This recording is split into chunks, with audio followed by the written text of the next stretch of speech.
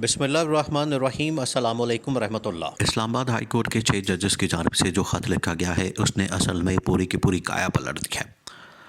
इमरान खान जो पिछले 10 महीने से या पिछले 2 साल से जो मुहिम चला रहा है, हकीकी आज़ादी की जो जद्दोजहद कर रहा है, इमरान खान की जानिब से जो सही मानों में हकीकी आज़ादी की जो जद्दोजहद है उसका जो अलम है वो उठाया है आज 6 जजेस।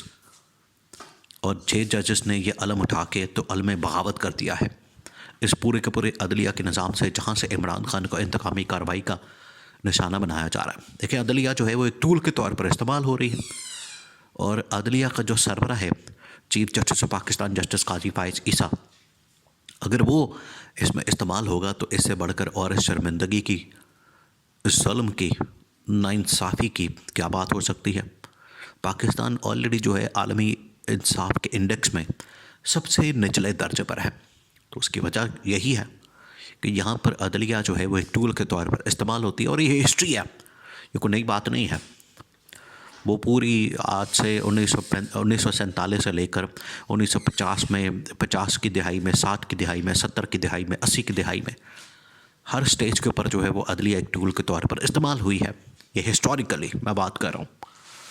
तो आज जो जजेस की जानिब से अलम बगावत बुलंद किया गया है उसके अंदर चीफ जस्टिस ऑफ पाकिस्तान की एक तो एक्सटेंशन की बात हो गई, शुरू हो गई। दूसरा, अब इस्तीफ़े की डिमांड आ रही है। ये इंतहाई अहम मामला है, इसको आपने समझना। देखिए, इस पूरे मामले में एक चीज़ तो खुलकर सामने आ गई और बहुत सारे किरदार बेनकाब हुए। उसमें चीफ जस्टिस काजी फाइज ईसा भी बेनकाब हो गए, क्योंकि इस पूरे मामले के अंदर काजी फाइज ईसा की एक्सटेंशन की बात हुई। वो कहाँ से आई? असल में वो आई यहाँ से कि चीफ जस्टिस काजी फाइज ईसा आज से नहीं, पिछले कुछ अरसे से वो ये डिमांड कर रहे हैं कि मुझे, उनकी ख्वाहिश ऐसी है, वो लॉबिंग इस तरह की कर रहे हैं कि मुझे एक्सटेंशन दी जाए। एक्सटेंशन का अब रिवाज जो है पाकिस्तान के अंदर बड़ा तूल पकड़ गया है और हर बंदा जो है वो इस खाते में पड़ा हुआ है, इस चक्कर में पड़ा हुआ है कि मुझे कोई ना कोई एक्सटेंशन मिल जाए, मुझे बस इक़्तिदार नहीं छोड़ना, इक़्तिदार के ऊपर जो है वो चमड़ जाना है, इक़्तिदार की कुर्सी को हाथ से नहीं जाने देना। और ये जो इक़्तिदार की खातर, देखिए, इमरान खान ने बड़ा ज़बरदस्त काम किया था। इमरान खान ने कहा था कि हमने ना सिर्फ इदारों के अंदर जो रिफॉर्म्स हैं वो करनी है, अदलिया के अंदर रिफॉर्म्स करनी है, और ये जो माफिया अंदर बैठे हुए हैं इनका ख़ात्मा करना है। ये इमरान खान ने दो टुक अंदाज में बता दिया था और आज इमरान खान इसके ऊपर खुश है। इमरान खान इसके ऊपर डटा है कि ना सिर्फ हमने इन चीज़ों का ख़ात्मा किया बल्कि पाकिस्तान के अंदर सही मानों में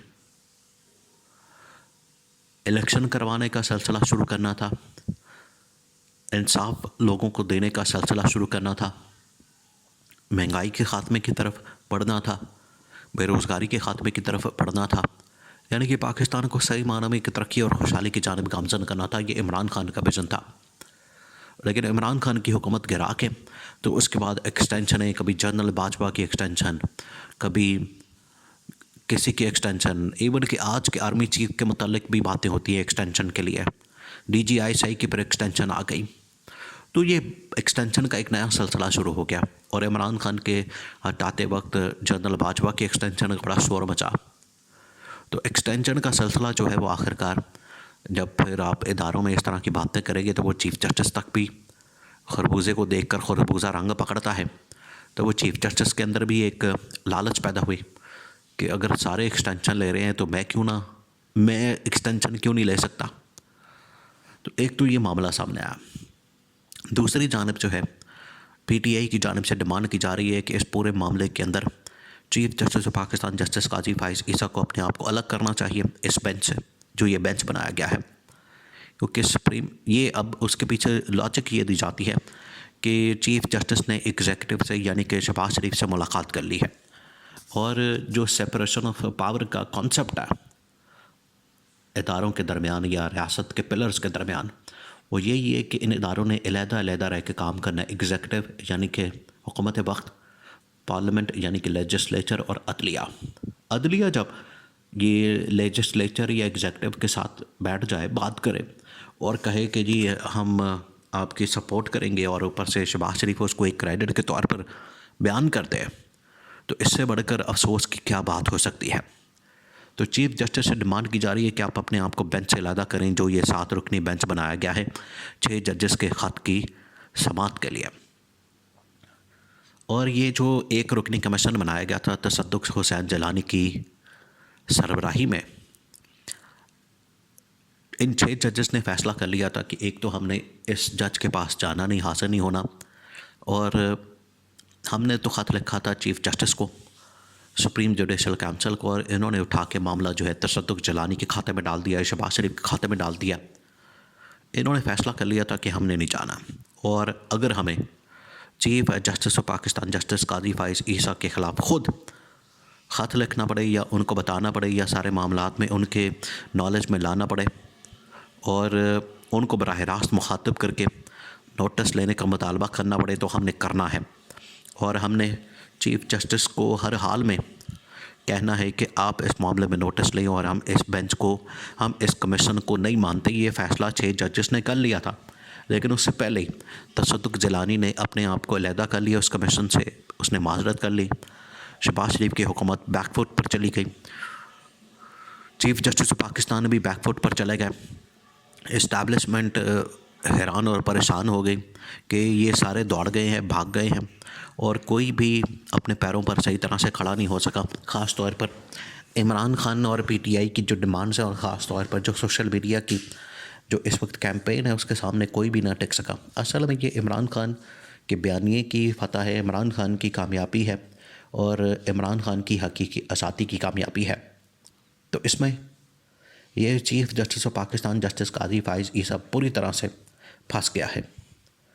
अब वो ना एक्सटेंशन ले सकता है, और अंदर से जो बड़े बड़े जजेस हैं, जिसमें justice Athar Minallah, justice Yahya Afridi, justice Jamal Mandokhail, justice Mansoor Ali Shah, justice ये इस तरह के जो बड़े बड़े जजेस हैं, उन्होंने भी चीफ जस्टिस काजी फाइज़ ईसा के ऊपर अदम एतमाद किया कि आपने क्यों ये शहबाज शरीफ के हाथ में अपनी दाढ़ी दे दी है, वो तो पकड़ के तो हमें जलील करेगा। और ये मामला 6 जजेस का हमें ख़ुद देखना चाहिए था, हमें ये किसी सूरत भी इनको ट्रांसफ़र या मुंतकिल नहीं करना चाहिए था। अब ये मामला हो गया, सामने आ गया, तो चीफ जस्टिस ने अपने लिए कोई नेक नामी नहीं कमाई इस मामले से, ये तो वाज़ेह हो चुका है। अब सूरत हाल ये बन चुकी है कि चीज़ें आगे बढ़ी हैं, मामलात आगे बढ़े हैं, और एक एक करके जो है वो सारे किरदार बेनकाब हो रहे हैं, लेकिन इमरान खान इसमें फ़तह याब होकर बाहर निकला है।